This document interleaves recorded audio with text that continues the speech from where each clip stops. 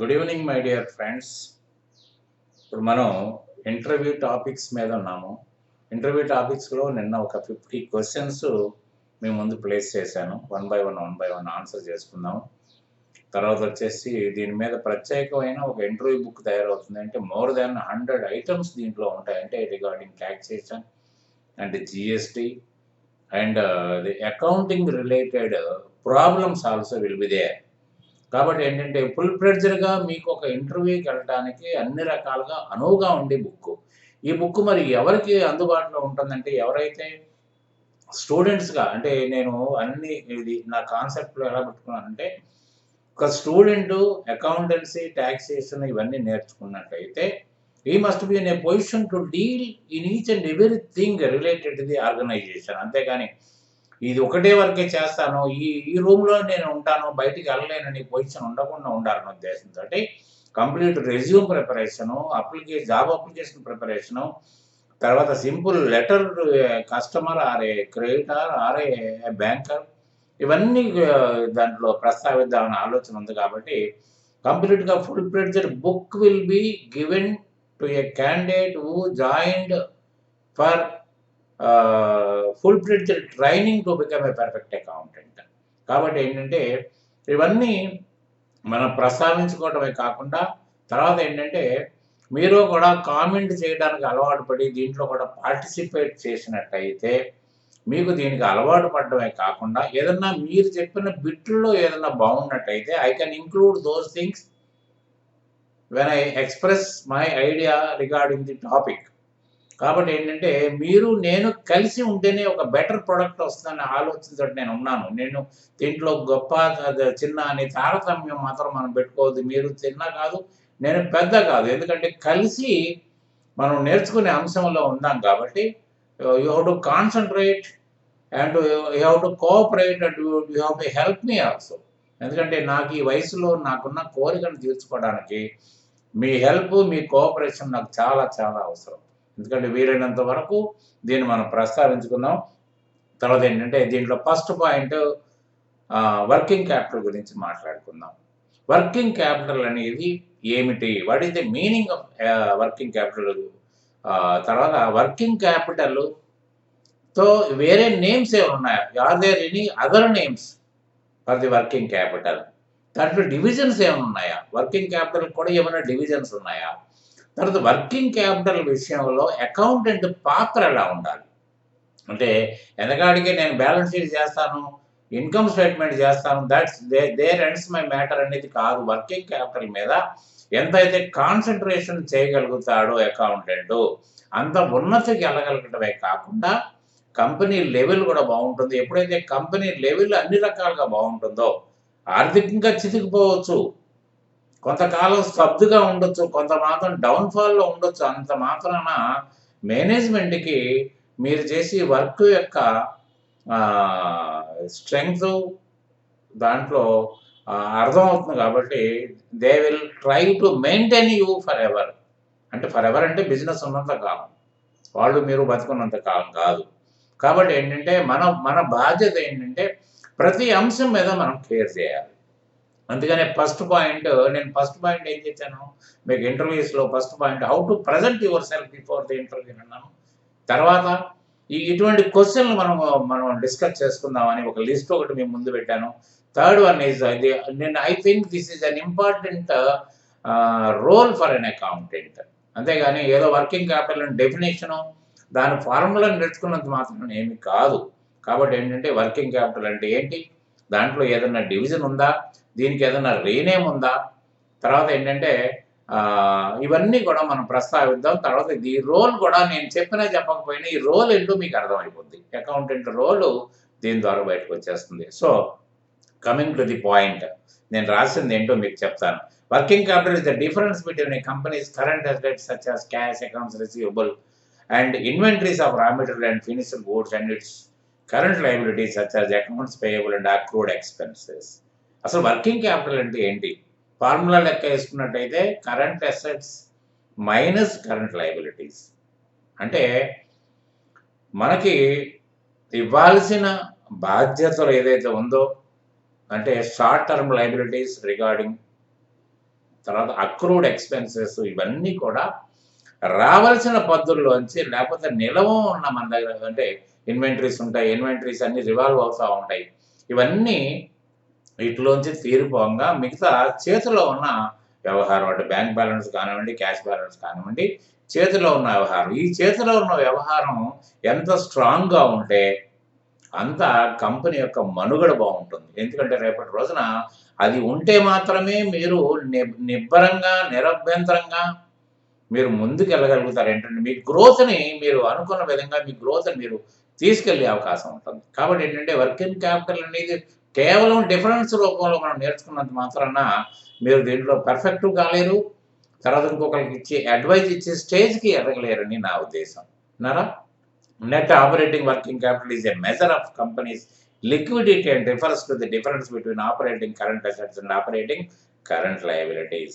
ఎందుకంటే ఈ ఈ నెట్ ఆపరేటింగ్ వర్కింగ్ క్యాపిటల్ అనేది మీకు ఇట్ మెజర్స్ కంపెనీస్ లిక్విడిటీ. అంటే ఏమాత్రం ప్రెజర్ పడకుండా, ఏమాత్రం టెన్షన్ పడకుండా కరెంట్ లయబిలిటీస్‌ని సునాయాసంగా రీపే చేయగలిగిన శక్తి సామర్థ్యాలు ఉన్నట్టు మెజర్ చేస్తుంది. మీకు వర్కింగ్ క్యాపిటల్ యొక్క మెజర్‌మెంట్ అది. అంతేగాని ఏదో ఫిగర్ కాదక్కడ. Working capital is a measure of company's liquidity, operational efficiency and its short terms financial health. ఎందుకంటే ఫైనాన్షియల్ హెల్త్ ఆర్థిక సంబంధమైన ఆరోగ్యం. ఆరోగ్యం అంటే ఏంటి? ఇప్పుడు మనం ఆరోగ్యంగా ఉంటేనే మనం అనుకున్న టార్గెట్‌ని రీచ్ కాగలుగుతాం. మనం అనుకున్నది సాధించగలుగుతాం. అట్లనే ఫైనాన్షియల్ హెల్త్ ఆఫ్ కంపెనీ ఉంటేనే ఖచ్చితంగా ఫైనాన్షియల్ హెల్త్ గురించి కూడా దీంట్లో ఒక క్వెషన్ ఉంది. మనం అప్పుడు ఆన్సర్ చేద్దాం.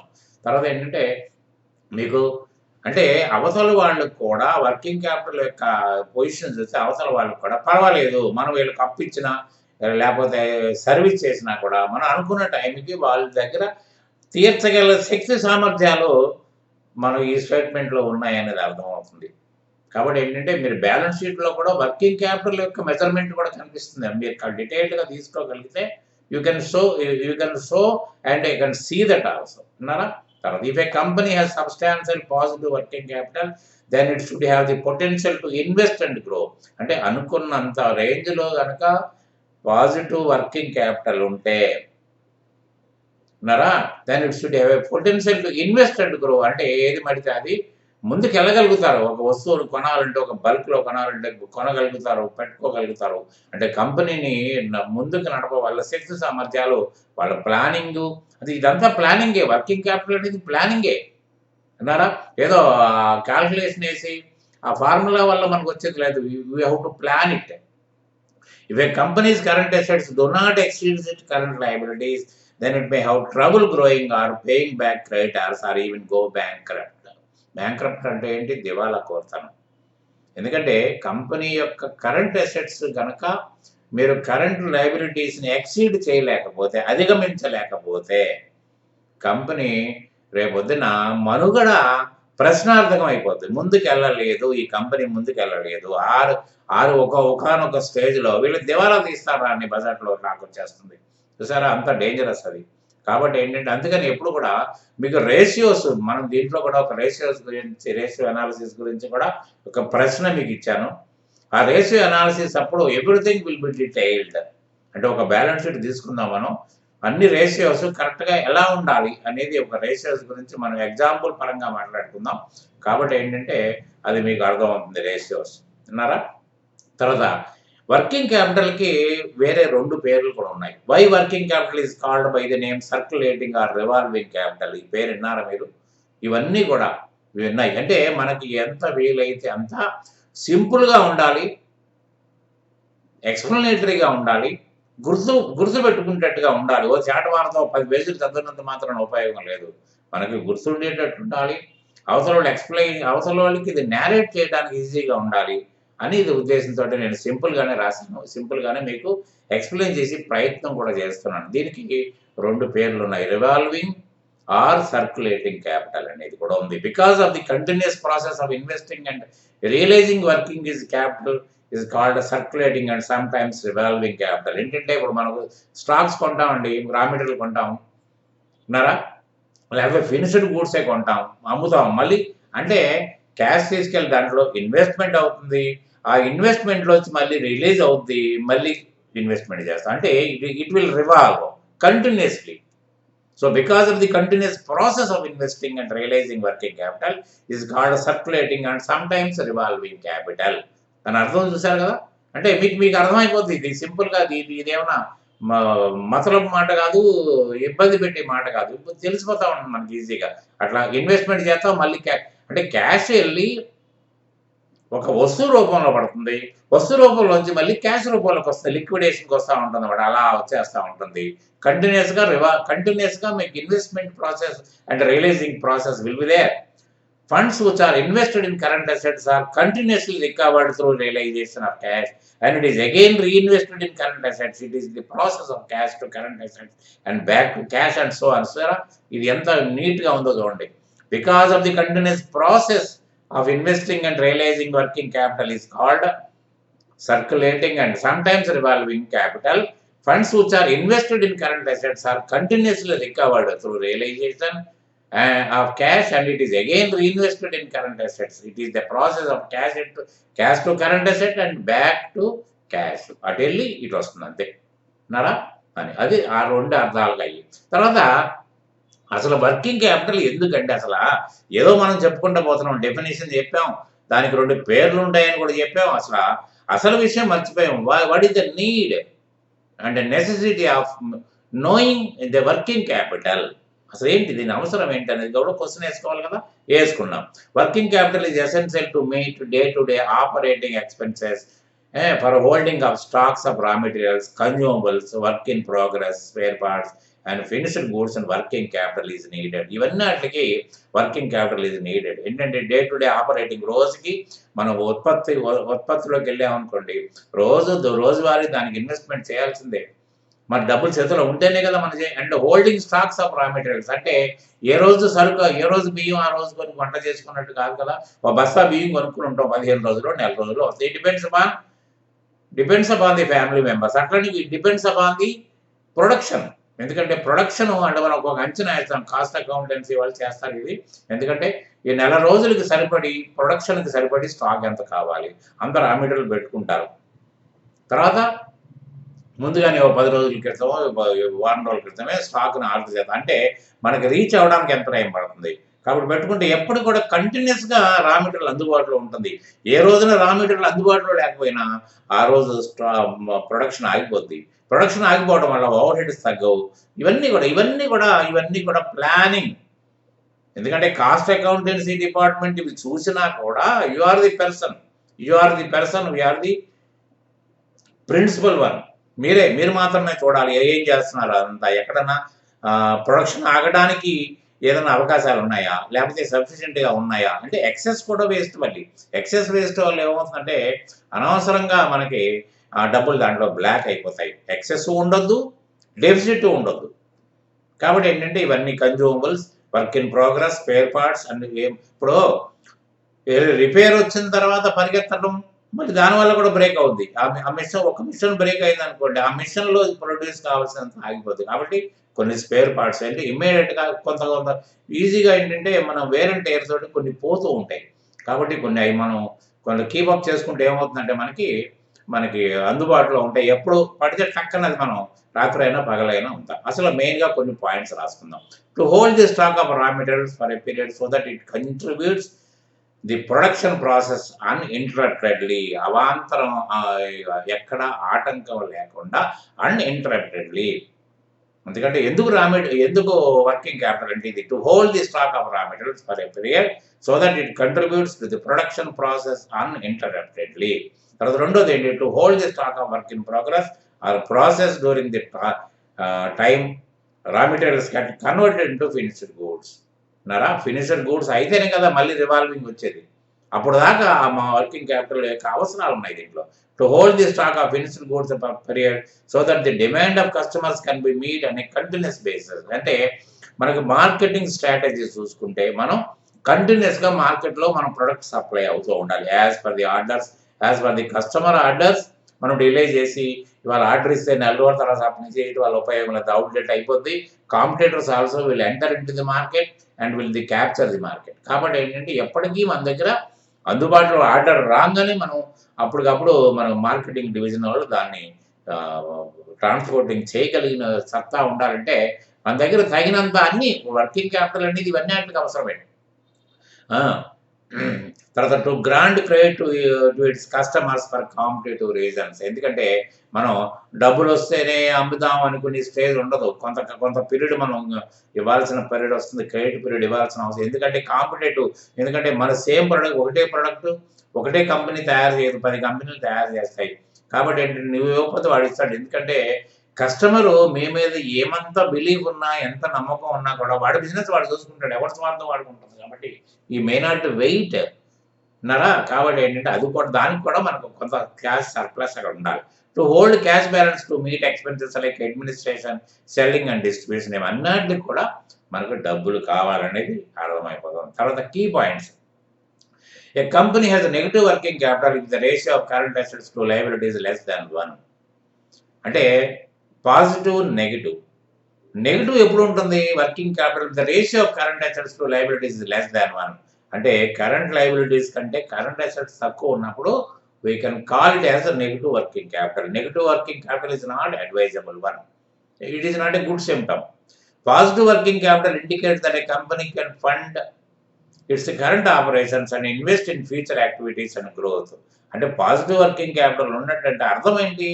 ఇది అవసరాలని తీర్చుకోగలుగుతుంది. ఫ్యూచర్ యాక్టివిటీస్‌కి తగినంత వనరులు ఉన్నాయి. ఎక్కడ డౌట్ పడక్కర్లేదు. ఇంకోటి కూడా చూడండి, మన దగ్గర స్టాఫ్ గాని వాళ్ళు గాని వాళ్ళు కూడా బద్దకించి ప్రయత్నం చేయరు. బికాస్ ఆఫ్ యూ నా ప్రొడక్షన్ దెబ్బతింది. ఎందుకంటే వర్కింగ్ క్యాపిటల్ ఉంది, పవర్ ఉంది. పవర్ పోతే జనరేటర్ ఆఫ్ చేసుకోవచ్చు. ఎక్కడా కూడా ఇది లేదు. మరి కానీ ఎందుకు వర్కింగ్ తగ్గింది? ఎందుకు యూనిట్స్ తక్కువ ప్రొడ్యూస్ అయినాయి అంటే దానికి వాళ్ళు ఆన్సర్ చేయాలి కాబట్టి దే విల్ ఫీల్ రెస్పాన్సిబిలిటీ. తర్వాత high working capital isn't always a good thing. ఎందుకంటే అలా అని చాలా వర్కింగ్ క్యాపిటల్ ఉంటుంది కూడా అది కూడా గుడ్ సిమ్టమ్ కాదు. It might indicate that the business has too much inventory or it is not investing its cash, excess cash. ఎందుకంటే డబ్బులు బాగా ఉన్నాయి. ఇక్కడ 4-5 లక్షలు ఉన్నాయి. ₹1,00,000 ఉంటే డే టు డే ఆపరేషన్స్‌కి కొదవ లేకుండా ఉంటుంది. 4 లక్షలు ఎప్పుడు చూసినా మెయింటైన్ అవుతుందంటే దాని అర్థం ఏంటంటే క్యాష్‌ని సక్రమ మార్గంలో యుటిలైజ్ చేసుకోలేకపోతున్నారు. కాబట్టి ఏంటంటే ఇక్కడ ఏమైంది? హై వర్కింగ్ క్యాపిటల్ ఉంది ఇక్కడ. అవసరాలకి మించి 2, 3 రెట్లు ఉంది. అది కూడా గుడ్ సిమ్టమ్ కాదు. ఎందుకంటే ఇటు నెగెటివ్ గుడ్ సిమ్టమ్ కాదు. పాజిటివ్ అనేది good symptom. High positive is also not a good symptom. ఎందుకంటే మంచి చెడు అనేది ఊరికే అక్కడ రాసులు ఉన్నంత మాత్రాన కదా, ఆ రాసులను ఉపయోగించుకోవాలి. Utilisation of cash minute by minute వాడుకోగలిగితే ఆ డబ్బులు మీకు అన్ని రకాలుగా బాగుంటుంది. తర్వాత ఇంకొకటి ఏంటంటే ఫైనల్‌గా మనం మాట్లాడుకునేది ఏంటంటే permanent working capital and temporary working capital. అసలు what is permanent and what is temporary? చూసారా, ఇన్ని రకాల వర్కింగ్ క్యాపిటల్ గురించి ఒక హెడ్డింగ్‌లో మనం ఇన్ని మాట్లాడుకోగలుగుతున్నాం. What is permanent and what is temporary working capital? Permanent working capital refers to the level of current assets which is to be maintained and vital for the firm to carry its business regardless of the operation levels. అంటే permanent working capital అంటే ఏది ఏవైనా ఇవాళ Covid వచ్చింది. Covid పరిస్థితి వల్ల మనం break down అయింది. లేకపోతే పవర్ సప్లై సరిగ్గా లేదు. 2 రోజులు బ్రేక్ డౌన్ అయింది. ఏ పరిస్థితులు ఎట్లా ఉన్నా, ఎందుకంటే అబ్సల్యూట్ నెసెసరీ. విటల్ అంటే ఏంటి? Absolute necessary. కంపల్సరీగా ఇది ఉండి ఈ లెవెల్ ఉండాలి. ఈ లెవెల్ ఉంటే ఏమవుతుందంటే ఇవ్వాల్సినోడు సక్రమంగా అంటే మనం బతిమలాడి అన్నా ఈ పరిస్థితి ఇట్లా ఉంది. ఒక 2 రోజులన్నా నేను 2 రోజుల్లో కంపల్సరీ పంపిస్తాను. ఇప్పుడు దాకా నేను ఎప్పుడు ఆపలేదు కదా అని మాట మీ నోట్లోంచి రాకుండా ఉండాలంటే మీరు పర్మనెంట్ వర్కింగ్ క్యాపిటల్ పరిస్థితులు ఏది ఎట్లా ఉన్నా వర్కింగ్ క్యాపిటల్ అనేది టచ్ చేయొద్దు. డబ్బులు ఉన్నాయి కదా అని మీరు డ్రాయింగ్స్ వాడుకోవడం ఇవన్నీ చేయడానికి వీల్లేదు. కన్నారా? అది for the firm to carry the business regardless of the operation levels. While temporary working capital refers to the working capital which is over and above the permanent working capital. While temporary working capital refers to the working capital which is over and above the permanent working capital అంటే మామూలు working capital. ఏంటంటే అదేమో కంపల్సరీగా ఆ level maintain చేయాలి permanent. Temporary working capital అంటే ఇది మనం రోజు అంచనాల ప్రకారం మనం అంటాం. కాబట్టి ఏంటంటే దీంట్లో the responsibility of the accountant is very high. ఎందుకంటే ఎప్పటికప్పుడు మన క్యాష్ లెవెల్స్ ఉన్నంత మాత్రాన you should not permit the partners to withdraw money to meet there personal needs. అది గుర్తుపెట్టుకోండి. ఏ సార్ డబ్బులు ఉన్నాయని తీసుకెళ్ళడం కాదు సార్, రేపు పొద్దున అక్కడ మెటీరియల్ వస్తుంది సార్, లారీ వాడికి డబ్బులు ఇవ్వాలి సార్, తర్వాత ఎల్లుండి ఆ క్రెడిటార్స్కి చెక్కులు ఇచ్చున్నాం సార్, దాన్ని ఆర్డర్ చేయాలి సార్, లేకపోతే ఏమవుతుందంటే మనం వాళ్ళని బతిమలాడాల్సి వస్తున్నారు. ఇవన్నీ ఎప్పుడు ఎలా ఉండాలంటే మనసులో ఖచ్చితంగా ఇలా ఇలా టచ్ చేస్తే మీకు కంప్లీట్ డేటా అంతా కింద పడాలి. అది మీ కంటికి కనపడగలగాలి. అంటే అకౌంటెంట్ అంతే ఎంత గొప్పగా ఉండాలంటే your mind should be more than A computer. ఆ లెవెల్‌లో మీరు ఉండాలి. ఏదో ఉద్యోగం వచ్చింది కదా, నాకు జీతం పెంచట్లేదు అనే ఆలోచన కాదు. ఎందుకు పెంచాలని గనక ఓనర్ గనక ప్రశ్నిస్తే మీ దగ్గర ఆన్సర్ ఉందా అనేది కూడా అవసరమే. కాబట్టి ఏంటంటే అకౌంటెంట్‌గా మీ బాధ్యతలు మీరు నెరవేర్చుకుంటా పోయిన రోజున మీ లైఫ్ బాగుంటుంది. మీరు అనుకున్న లెవెల్స్‌కి 2, 3 రెట్లు హై రివార్డ్ మీరు పొందగలుగుతారు. కాబట్టి ఏంటంటే ఇవన్నీ అమూల్యమైన క్వెషన్స్ నిన్న మనం ఇచ్చాము. ప్రతి క్వెషన్ నేను ఈ విధంగానే ఎక్స్‌ప్లెయిన్ చేస్తాను. మీకు అర్థవంతంగా ఉంటుంది. ఏ లేమ్యాన్ కెన్ అండర్‌స్టాండ్ ఈజీలీ. కాబట్టి దీన్ని కాన్సంట్రేషన్ చేస్తారని, మీరు వీలైనంత వరకు కామెంట్ చేస్తారని, మీ ఫ్రెండ్స్‌ని కూడా ఎంకరేజ్